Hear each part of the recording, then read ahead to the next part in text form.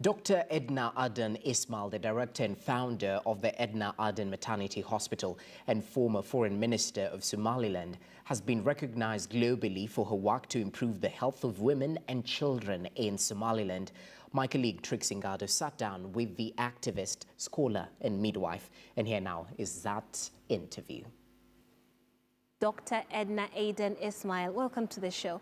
Thank you very much. Now, you have an impressive, extensive resume in your work in the health sector in Somaliland, as well as your political affiliations and your political work. Now, I'm actually very curious about your beginnings, because I've read a lot about how you started off and how you even taught yourself how to read. Very inspiring stories. So could you tell us a bit about your beginnings? Yes, well, I think it all starts with, I come from former British Somaliland Protectorate. Yes.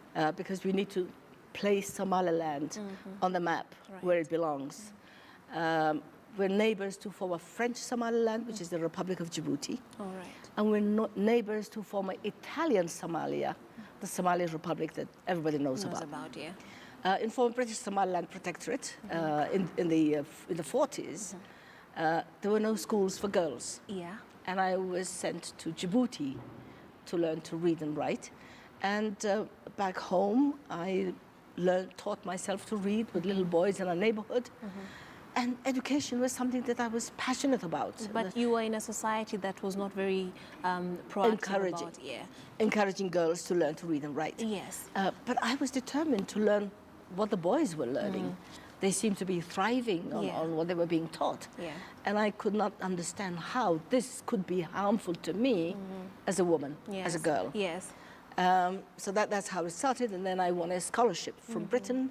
I went to England, trained as a nurse, trained as a midwife. Absolutely. And with that privilege and that training, came back to my country, Somaliland, in 1961. Yes. As its first trained nurse midwife. Absolutely. And from then on, started training people, becoming a role model, and trying to encourage the participation of girls in whatever was available at the time. Yeah. So that has been my lifelong challenge, my passion, sometimes my present-day nightmare. But then, like every challenge is, if you feel passionate enough about something, if you feel strongly about something, you continue to move forward and do not get yourself discouraged from doing what you know is right. Absolutely. And today, I'm proud to say that Somaliland, that country that is not even internationally recognized, that may not even appear on some people's maps, has one of the highest per capita trained health professionals in the Horn of Africa. Right. Now that is saying something about determination. Yes. And 70% of those health professionals happen to be women. Wow. So my lifelong challenge and my lifelong struggles have really become my pride. They have paid off. Have paid off, and paying off for my people. Paid off in the lives that they save, the others they inspire and teach, and that is the way forward for Africa. Yes. Nobody will come from the moon in purple stripes and take us out of our problems. And take us out of the situation that our women, our children, and our people find themselves in regard to health and welfare and agriculture and engineering and all the good things that help a nation to move forward.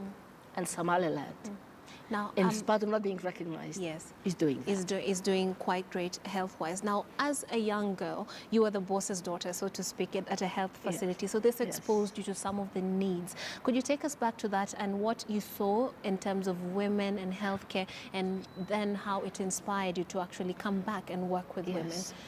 Well, I was privileged to be born to Somaliland's first doctor. Someone who was known as the father of healthcare, somebody who was loved by everybody. And from a young age, I saw the passion that my father had for his people, the compassion he had, how he gave his life to them. And I just made a promise to myself that one day I would learn enough to be able to help him and be able to do as much as he was doing for our people. So that was my first inspiration. And I love what I'm doing. And it hasn't really been such a difficult thing for me to be doing what I'm doing because I see the inspiration.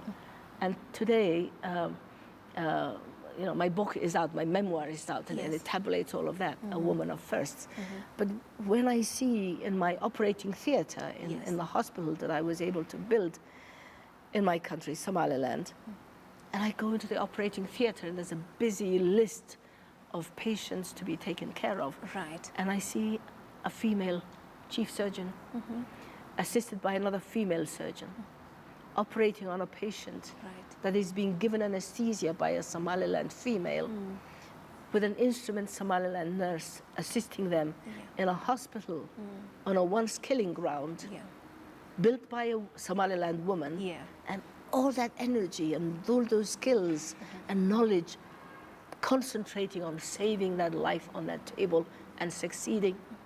I think that is something to be very proud of and to be very grateful for, that we could see that and achieve that. So my message to young people is the sky's the limit. All depends on your determination. All depends on how you either stop from getting discouraged or moving forward and bettering yourself professionally. How you should be doing whatever you're doing to the fullest of your capacity and your capabilities. Somaliland has a lot to show the world. We have a lot to be proud of.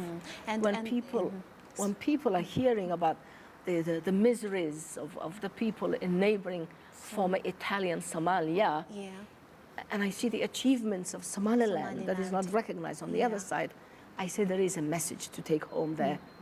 How is Somaliland succeeding when Somalia is failing so badly, in spite of all the billions and resources that are going there? They do have now. Evidently, you're very patriotic and very enthusiastic and positive about your people and their potential. And to this end, you founded a hospital that is the Edna Adan Foundation, or the hospital. Tell us about the challenges that you went through in setting this up, being a woman, wanting to spearhead such a very aggressive and forward-thinking project. Well, I retired from the UN. I had a very long career with the UN. For a long career, and then I had my pension, my terminal benefits, my savings, my trinkets, my beautiful cars, and my country next door. Because I was in Djibouti at the time. I was a WHO representative in Djibouti. And my country in Somaliland had just separated from Somalia, withdrawn from a very faulty union we tried to get into many years ago. And the country had been leveled to the ground. 95% of our cities were flattened. Our hospitals destroyed, our schools destroyed, our mosques destroyed, our people killed. Bodies filled into mass graves and massacres. And I felt that I could not live with myself and worrying about my trinkets and my designer clothes and whatever. So I just sold everything I had, took my terminal benefits, resucked my whole life, went home to Somaliland and built that hospital. Everybody thought that I was crazy. Many of them were probably right. But this is what I could do for my people at the moment of greatest need. And that hospital, which everybody thought I could not build, because the more they said I couldn't do it, then I said, I'll prove it to you. I'll show you it can be done. Was opened in 2002. It's a teaching hospital. It's a referral hospital. We treat patients from neighboring countries, Ethiopia, Djibouti, from all of Somaliland, and from neighboring Somalia as well. Many sick people come to seek treatment and surgery in my hospital. And 6-7 years ago, my hospital, where we had delivered over 25,000 babies in the past 17 years, 6 years ago had a baby called a university.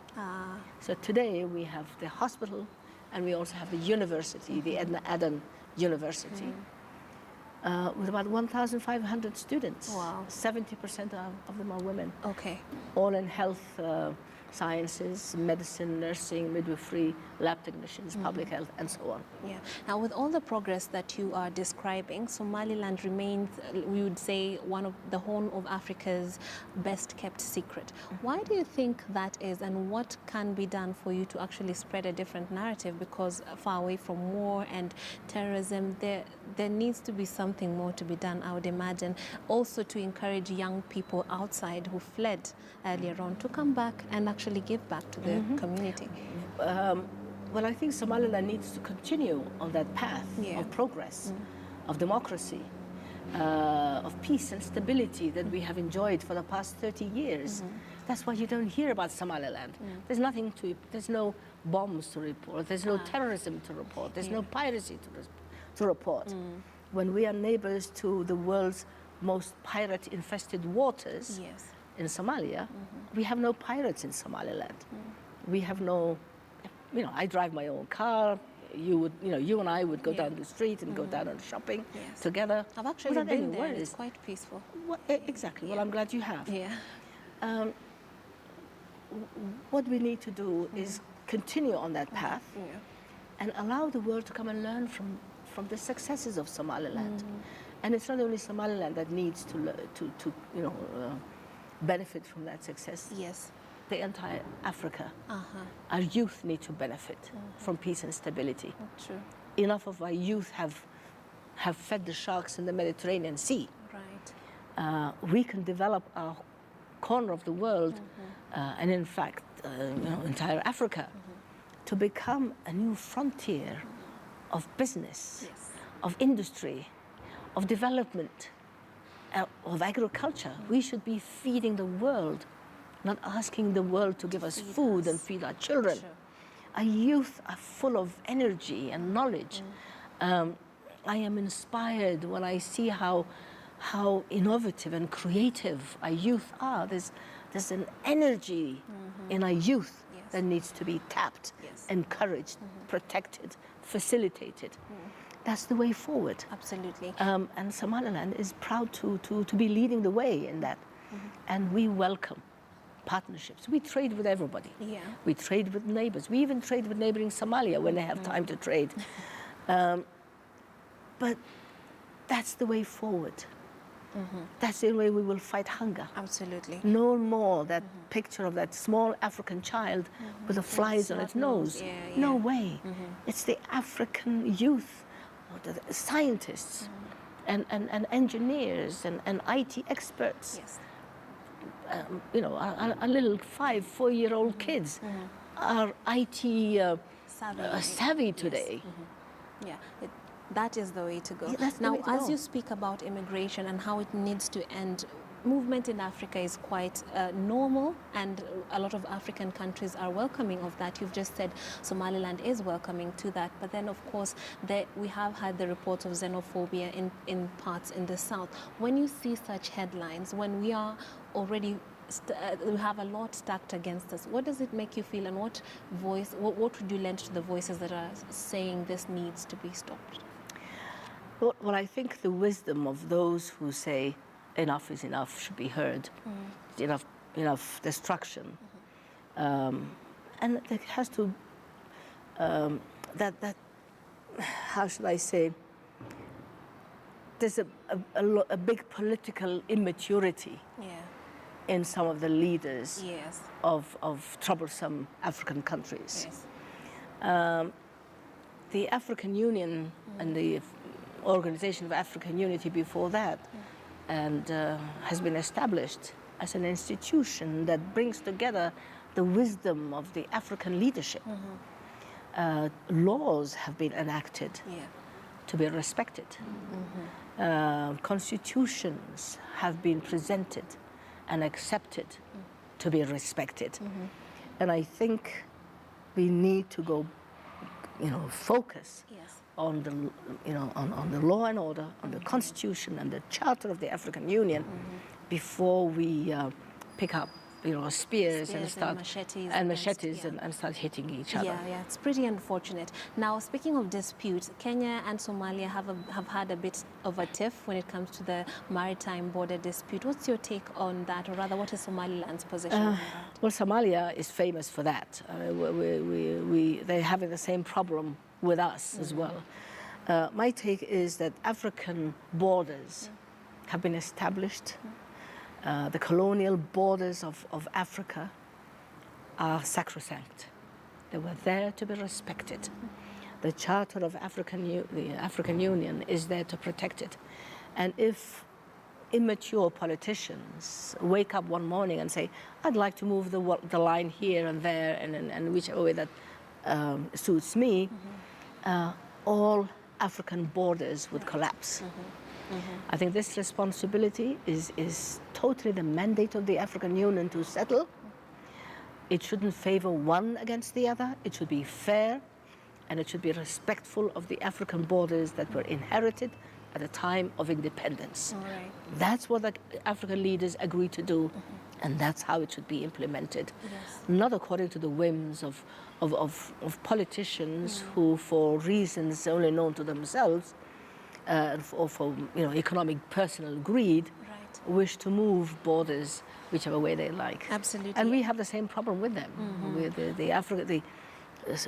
Somaliland has been established according to Anglo-French treaties and Anglo-Italian treaties and Anglo-Ethiopian treaties. So each one has its well-defined borders that needs to be respected. And then through that mutual respect, trade, develop collaboration, fight our common enemy, which is poverty, which is ignorance, which is hunger. We have far bigger enemies to fight than to be fighting each other. One and another. I completely agree with you on that. And lastly, as Somaliland tries to gain its position on the international maps, how then can Somaliland and Kenya work together in ensuring that there are better relations? Well, Somaliland and Kenya have been friends for many, many years. My late husband and our late president, Mohammed Ibrahim Egal, was a great friend of Jomo Kenyatta, late Jomo Kenyatta. I have enjoyed the hospitality of late President Jomo Kenyatta and Mami Ngina in 1968. Yes. So this is a long-standing friendship. I think there's a good potential for trade, for collaboration, for joining efforts to move our people forward so that people can find jobs, find peace, political stability. And Somaliland welcomes. In fact, I think there's going to be a trade conference soon. There should be more of that. There should be more interaction. There should be more. There's about 10,000 Kenyans working in in Somaliland. And there's perhaps quite a few working in Kenya as well and studying here. In Kenya. I think there's a potential for great collaboration between Somaliland and Kenya, and between the nations of the Horn. Absolutely. As we conclude, I'd like to read your message from my editor, Janet Chapia, who says that I should say hi to you. And of course, she said she has lived among Somalilanders, and they're the kindest and most hospitable people she has ever come across. Well, thank you. I'm glad to hear that. Yeah, absolutely. And I'm sure my Kenyan colleagues working in my hospital and the university would like to hear that as well. Yes. They're my sons. They're my colleagues. They're my staff. They're the people I rely on. Yeah. They're competent, efficient, and I love them, like I love all my other staff. Absolutely. Thank you. Absolutely. And I would just like to wish you all the best in your endeavors to ensuring that there's better healthcare in Somaliland. All right, that one-on-one conversation with Dr. Edna Adan Ismail wraps up today's edition of Bottom Line Africa. It's always a pleasure to have you with us. Hope you're adequately informed. That's how we finish today's edition. My name is Jesse Rogers. As usual, we leave you with the images of the day and the proverb of the day. Enjoy the rest.